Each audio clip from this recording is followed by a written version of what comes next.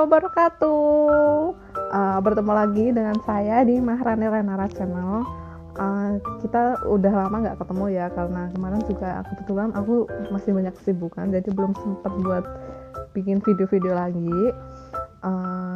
Jadi ini buat konten kali ini kita sharing-sharing aja, karena kebetulan kan kemarin aku habis divaksin yang dosis pertama, dan waktu aku posting di Instastory itu banyak teman-teman yang kayak tanya mengenai vaksin itu apa, terus reaksinya itu gimana, terus rasanya gimana, syaratnya apa aja. Nanti kita bahas setelah ini, ikuti terus. Jadi kita masuk ke pertanyaan pertama ya. Sebenarnya vaksin itu apa sih? Ya, aku jawab. Jadi kalau mohon maaf kalau salah, karena aku kan kebetulan backgroundnya bukan dari orang kesehatan, jadi kalian bisa merevisi apa yang saya katakan tadi, karena kita kan di sini konsepnya cuma sharing-sharing biasa ya. Jadi kalau menurut aku sendiri, vaksin itu merupakan sebuah virus yang sudah dilemahkan terus diformulasikan oleh peneliti. Jadi nanti kalau misalnya vaksin itu udah aman untuk dimasukkan di tubuh manusia, jadi itu nanti tujuannya untuk agar imun di tubuh kita itu membentuk antibodi untuk melawan virus tersebut. Jadinya imun kita bisa lebih kuat lagi lah. Kalau kebetulan ini di Indonesia baru ada vaksin COVID itu baru 2 ya, AstraZeneca dan Sinovac. Aku tapi baru pakai yang dosis pertama, yang dosis keduanya belum. Terus pertanyaan kedua, tanya kok percaya sih sama vaksin? Ya ini penting banget, karena sebelumnya aku mau jawab dulu, mungkin karena banyaknya hoax di media sosial kayak gitu, ditambah juga aku yang belum berpengetahuan lebih. Jadi ya dulu aku awal-awalnya sempat gak percaya sih sama vaksin itu, katanya vaksin itu bikin gini bikin gitu, apalagi aku sendiri juga takut jarum suntik, jadi ya agak sedikit ragu sih.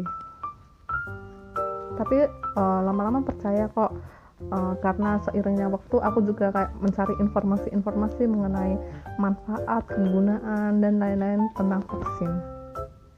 Kita lanjut ke pertanyaan yang ketiga, pentingnya itu apa sih?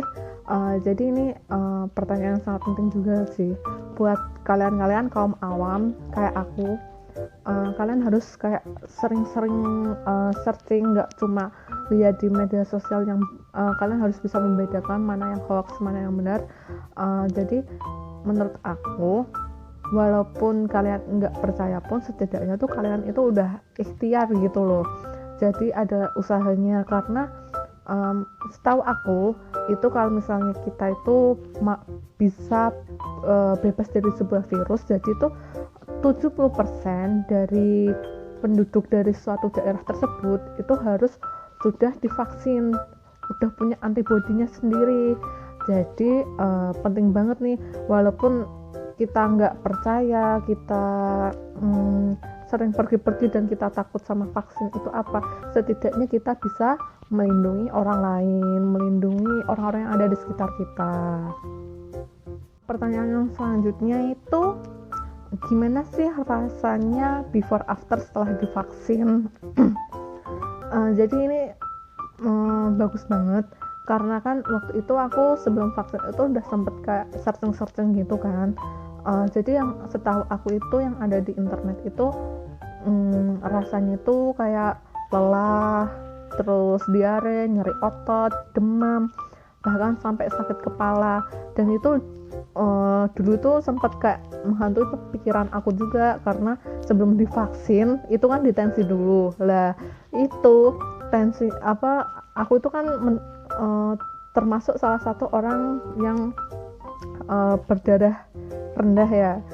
Tiba-tiba itu karena ketakutan jadinya naik tuh jadi 139. Untung nggak lebih dari itu. Kalau lebih dari itu mungkin aku udah nggak bisa divaksin, udah disuruh pulang.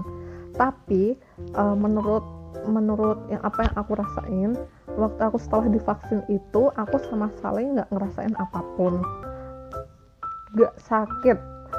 Terus sampai kebetulan hari keduanya tuh baru ngerasain itu, rasanya tuh cepet banget. Jadinya awalnya aku nggak kenapa-napa, itu malamnya tiba-tiba tuh langsung menggigil gitu loh lah.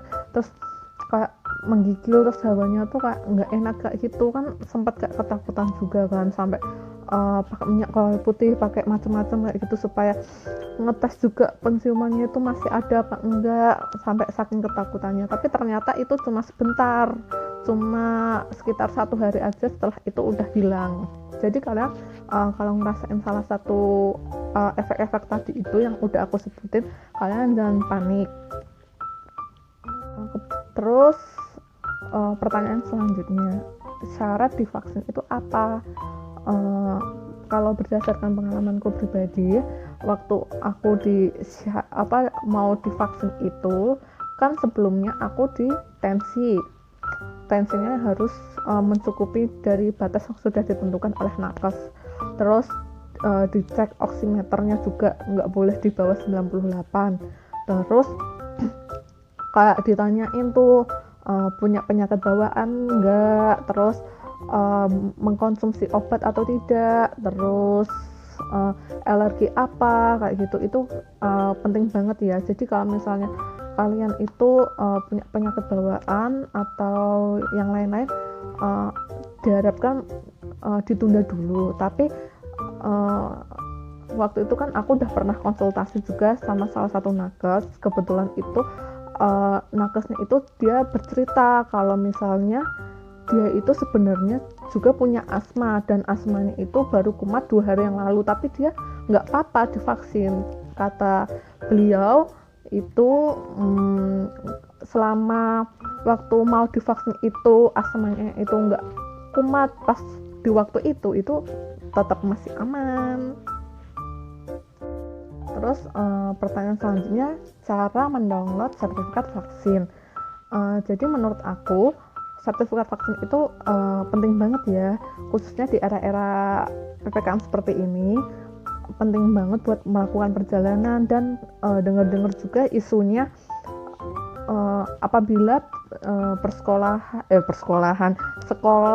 perkuliahan, pekerjaan kalau tiba-tiba dilakukan secara offline, jadi sertifikat itu bisa menjadi salah satu syarat, kayak ijazah, akte kayak gitu.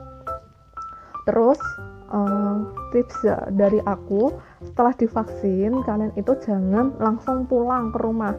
Kalian tunggu dulu 30 menit di tempat kalian vaksin, karena nanti bakal ada seperti kayak observasi efek-efek gejalanya. Misalnya kalian merasakan pusing atau apa, itu kan bahaya banget kalau sampai kalian langsung pulang kayak gitu di perjalanan, nanti kalau terjadi apa-apa juga.